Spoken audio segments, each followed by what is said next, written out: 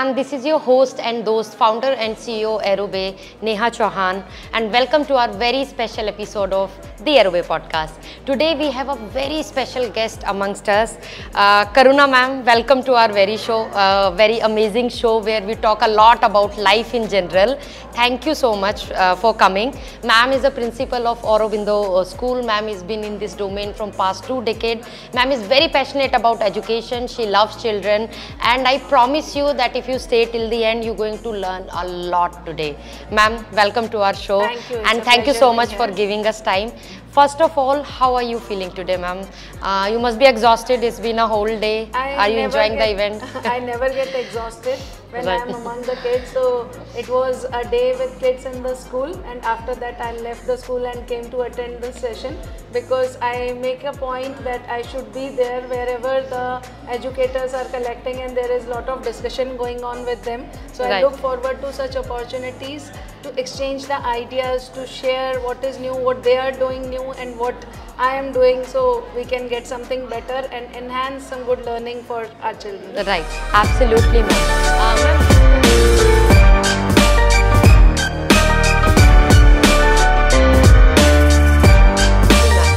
Ma'am, this question is my personal favorite whenever I see any women in power. So I always want to know, because my journey has just started and you've been here from such a long time. Is it difficult to make it, or how does it feel when once you are actually at the top of your career, when you have everything which you have planned for? See, gender is just a biological line, you can say, that is there between girls and boys, but otherwise there is no limitation what girls can do. And I think at every post you will see girls have reached to greater heights, and there is a long way for you to go in this. Right. Ma'am, were you always this fearful? Did you always know that you're going to be this successful? No, I have never thought of this success. I have never worked for success. I have worked very diligently for teaching children. I have nurtured my passion with full dedication, and automatically I have reached greater heights. So I feel that it comes automatically. You don't have to feed it. You have to be honest, loyal, and we were discussing inside that वो नियत होनी चाहिए बच्चों को पढ़ाने के लिए, वो एक काम करने के लिए, तो वो नियत कहीं पर हमेशा थी, तो वो अपने आप ऊपर ले जाती है. Right. That passion needs to be there in no matter in which domain you are. Ma'am, abhi there is so much of rat race in becoming better than the other person. It's like you are competing with yourself, with your closest friend, even within your family, and money plays a very important role in all of this segment.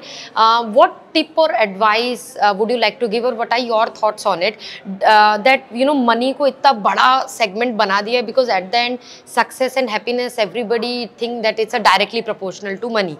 What are your thoughts on it, and what message would you like to give to our youngster? See, money is only something, some substance which is needed to get the facilities to us.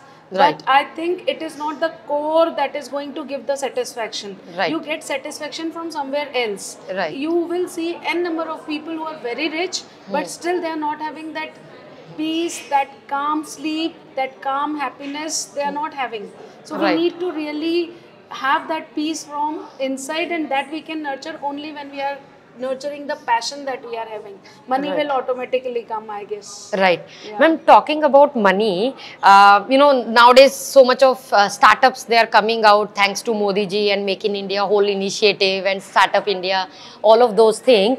But still there is a constant comparison, especially in this world, in this entrepreneurial world. People say, US is giving us Sam Altman and Elon Musk, and India is still lagging and our students are not able to do it. And not only in this entrepreneurial segment, I was also watching after this Commonwealth Games, they were saying कि India के तो 2-3 medals आए हैं and China देखो 100 लेके चला जाता है. Why is it a right thing to compare, and if it is yes or no, why exactly it is people are comparing? Comparison should be there, but comparison should be from within ourselves. If we are talking about competition, we should compete with our own previous versions to the upcoming versions, Right. not with other people. Because Right. if you will see other people, you might get motivated and you might also get demotivated. Right. So you have to look at something which gives you motivation and a boost that you can be a better version of whatever you are having with your hand. Right. And ma'am, but how do we protect ourselves? Because if we are seeing something that someone else is doing better. This is something which is Right. inside us. If you think that money is only a booster for you, you have to deviate that booster from some one point to some other point which will give you the core satisfaction. So Right. you have to work on those factors. Right, absolutely, ma'am. If I think, and that also start from back of our home. It's not the school's responsibility. It's the background, it's the value system of the person, how he has grown and how he has been taught the values in the school. I think these are the two places, our home and the school, who develops our value system, value for money, value for culture, value for dealing with the people, and I think the passion of work also comes somewhere from our school and Right. from our parents only, when we see them working Right. so passionately for us, and teachers working so passionately to groom us in our school. Because I give a lot of credit to Right. my grooming, to my parents for the value system, Right. and to my school for developing and making me what I am today. Right. So, Ma'am, parents, you just mentioned, so I don't know, parent have this, I mean, few of the parents, modern parents, they are changing. Like how my parents were, they were like, कि, आपको पहले IIT clear करना है, and then फिर they send me to London, and they were like, आपको post graduation करनी है, आपको ये करना है. There's a never ending pressure. Now, जो student कर लेते हैं अच्छा, गुड फॉर देम, जो नहीं कर पाते दे फील वेरी डिसहार्टेड कि अब हमारा क्या होगा, हमें कोई अच्छा कॉलेज नहीं मिलेगा, अच्छी जॉब्स नहीं मिलेगी. Are there any options for दो स्टूडेंट आल्सो अगर आप क्लियर नहीं करते हो तो? There are many options. I was discussing this with my children in school today. Right. That how many of you are planning to appear for IIT, JEE, NEET? So Right. there were many hands raised. I Right. said only 1% selection will be there for the total participation. Right. But you should have plan B, and then you should never mind having plan C, D, E. There should not be any shame. There should not be any shame. Right. Even my parents were having some social impact, and they wanted me to be a doctor. And Right. I have never thought of that I am a biology person. I was a science person. I never thought of.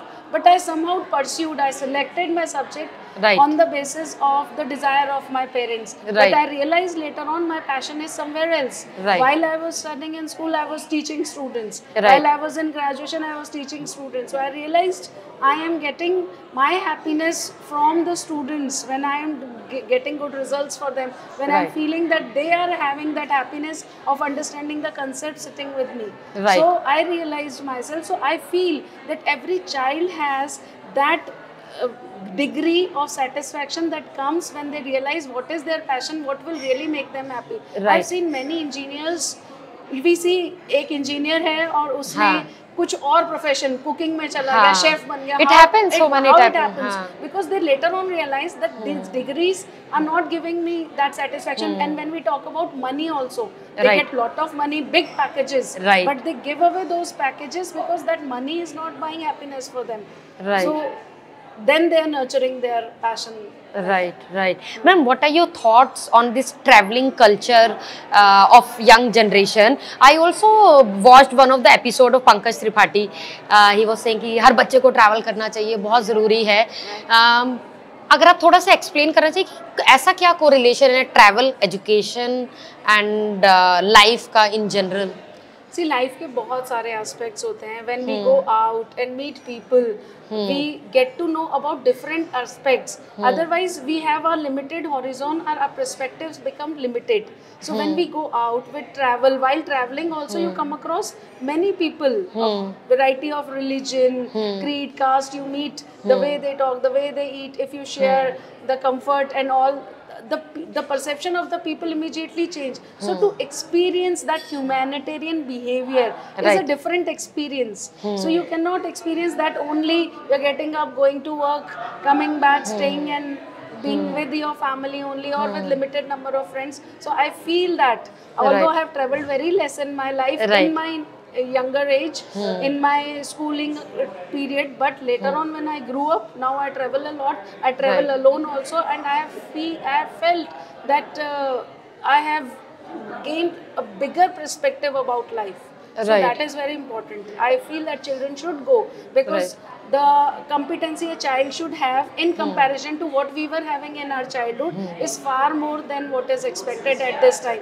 So I feel that they should go meet people and keep their horizon bigger. Right. So it means that traveling can give us those experiences which we are not getting inside. Which is good for life. Which is good for life, right? And you never know whom you meet and what that person can actually add in your life. You never know, right? Right. It's a very, very important point which ma'am has mentioned, and I think we should not be scared of it and nourish it, and whenever we get time should go out and explore it as well.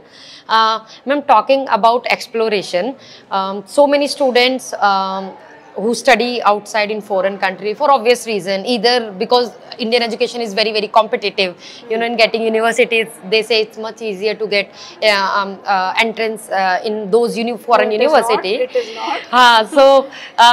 And once they study, most of it, I mean, it's still changing, I understand, but most of them don't want to come back to India.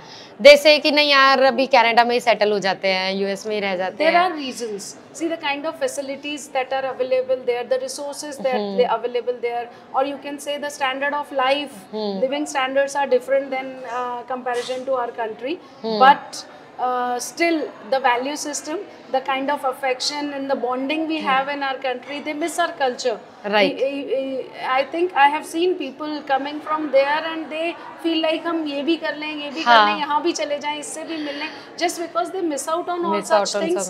They have everything, they have lot of resources, but that human contact, that emotion aspect is missing. That is why now the trend is also changing. In spite of earning lot of money there, they prefer coming back to their own families, living in smaller house in comparison to them having less smaller car than what they have in those countries, but they are looking forward. It's like it's a repetitive cycle, right? Earlier, lot of people, they went out, then they stayed. Now they're coming back to India again because they see lot of opportunities also here. Exactly, ma'am. The other change reason is the opportunities are coming here also. International companies earlier were not here. So if a child is very qualified and competitive, was not being much valued here. But now our government is taking lot of initiatives, like you spoke about startups. So there are many startups and many international companies are coming here who are ready to invest in our country. So there is no need that we should have brain drain from India. And our own children can stay here and work with other companies which are coming from abroad or within our country also. We are having many tech companies coming up. Lot of opportunities are here that they can grow up. Right. Ma'am, we teach our student a lot about different subjects. One factor or one domain which is missing or they struggle with even throughout their profession is understanding about finance, how to manage their money. What is the right age if we have to teach our youngster all about financial management or financial literacy, or is there a particular way or age we should wait to give them that, and how we can should we they go for degree or like how it can happen? It is not required that they should have a specific degree. The age is, yes, of course, changing, because I said there is a change in the education system. There's a lot of change. So even the education system is modifying to such an extent that we are in our own institutions offering the financial literacy to children right from the age of 7, 8, you can say. But if you go back to our olden times also, when we were too young, our parents used to give us money, send us to buy something, and we used to get back the money and tell them this was of this much, and to just guide us. This was also the home learning, but that was also finance. But now, to higher skill, we are teaching them formally that if young people who are earning very early, how they should invest so that they can secure their future. There are people who are into big positions, but they are not even filing their income tax returns. Yes, I've seen that.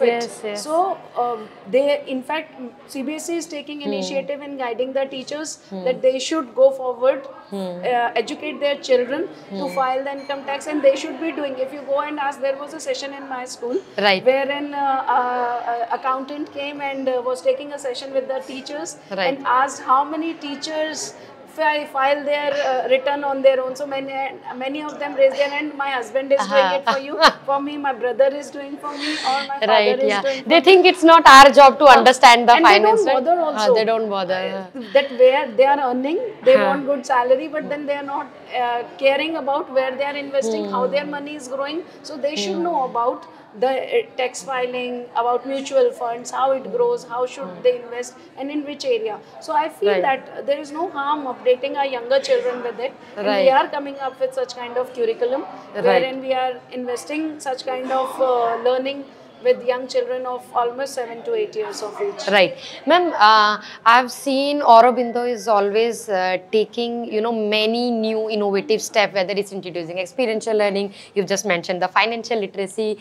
Where do you get your inspiration from? Like, do you have any set goals or patterns that you have decided, I want here, or you're just doing it, or because it takes a lot of courage. Yeah, it takes, but I take great initiative in whatever is new coming up for the students, for the teacher, and me as a leader. Like I finished my school and came to attend this session, so to find out I may have a catch or something new. Yes. So same way I keep myself updated. I tell my teachers and give them opportunity to keep themselves updated, and same updation we pass it on to our younger children also, and we ensure that they are having, we should facilitate with them not only through the resources, even through our knowledge. If we are updated, then we can guide them. This is what is coming up new. This is how we can stand up with the upcoming generation, with the 21st century skills when we talk about to them. Right. This word you've mentioned, ma'am, is very, very important, staying updated. That there is no age limit or any career limit to it. No matter at what stage of career we are in, we can always learn more, understand more, and get to know more, so that we can actually implement it. And you never know that it can benefit to our society. Ma'am, talking about society, our young parents, they stay very curious all the time कि बच्चे को ये बनाना है, वो बनाना है, Google में job दिलानी है. They are very, very confused in terms of setting the right path for their kids. What one or two or three, four couple of advice, how you want to give it to them? See, I would suggest that they should monitor the child right from the beginning through the growing years and identify the interest of the child. And a parent or the teacher should nurture the interest of the students. We should not say that if you are into singing kyun karni hai, studies kar lo. So if child is passionate about singing, music, dance, or any other thing, we should nurture that, and we never know when the child will make a difference in that field. So parents should be observant, and even the school should be observant about, because I won't shed the responsibility which we people have. If we are monitoring the child, we should also convey the interest of the child to parent and ask them to observe and guide the children further beyond the school limits to nurture the qualities of the child, so that child can have some focus while making the decision. Then we should provide various type of career counseling opportunities to children, not only related to these big fields of education. We should provide career opportunities to children for other than this IIT, JEE, NEET, accountancy, some other domains also. So that children will get to know and reflect among themselves and find out what is good for them and they should look forward to, and maybe they can go into education field or any other, but they should have exposure to everything available. So I try to provide all such kind of opportunities to the students in our school. And ma'am, do we have enough infrastructure available to provide this kind of exposure? Yes, the infrastructure is if parent has to go out, they can easily find it and they can provide it to the student. Yes, and in fact there are many resources available within the city also, that we collaborate with each other. There are various institutions which are collaborating, and they are providing that opportunity to the students. So we can, if we are not having, we can arrange through someone and we can provide that to students. Definitely. These are some very important pointers, ma'am, which we have touched on today. So before we take a leave, what one last piece of advice, life advice, career advice you would like to give to our youngster who's watching you today? See, for the youngsters, I would like to say that the children should be given opportunity and should be given the liberty to make decisions for their future.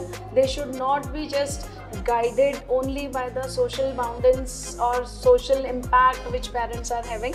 They should be allowed to nurture their passion and go ahead and be successful in whatever they do. Right. On that note, thank you so much, ma'am. Please follow all of these advice. I'm sure if you understand today's podcast properly and if you implement at least one thing out of them, you'll do very good in your life. You'll be very calm and happy, and you'll find your passion, and lot more new exciting thing will come your way. Thank you so much, Karuna ma'am, for taking your time out and sharing your journey and knowledge. Thank you so much, ma'am. Thank you, everyone. Have a good day. Bye.